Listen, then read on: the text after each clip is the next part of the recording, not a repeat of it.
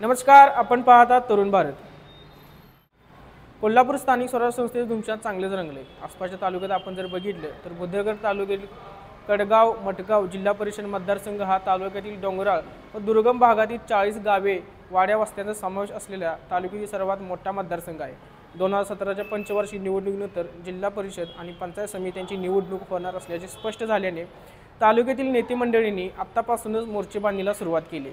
या मतदारसंघात पक्षापेक्षा गटातटाचे राजकारण जास्त असल्याने ही निवडणूक रंगतदार होणार आहे।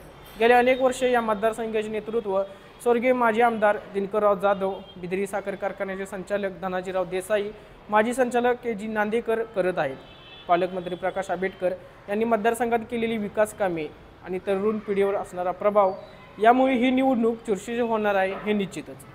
तर माजी आमदार के.पी. पाटील यांचे असणारे संघटन सहकारातील पकड या मतदारसंघात प्रभावी ठरणार आहे। गत पंचवार्षिक निवडणुकीमध्ये या मतदारसंघात पालकमंत्री आंबेडकर यांनी तालुका शाहू विकास आघाडी स्थापन करून आपले उमेदवार उभे करून आपली पकड मजबूत केली। कडगाव, तिरवडे, दोनवडे, नितवडे, ममदापूर, शेळोळी, पाटगाव, शिवडाव, पायांचा हुंडा, वेंगरूळ, पडखंबे, वेसरडे, नांदोली, मठगाव, तांबोळे या गावांवरती निकालाचा कल अवलंबून आहे। सध्या मतदारसंघातील इच्छुक उमेदवारांनी मौन धरले असून राजकीय घडामोडी कशा असणार यावर त्यांची दिशा ठरणार आहे। अशाच नवनवीन आणि ट्रेंडिंग व्हिडिओसाठी तरुण भारतच्या यूट्यूब, इंस्टाग्राम आणि फेसबुकला फॉलो करायला विसरू नका।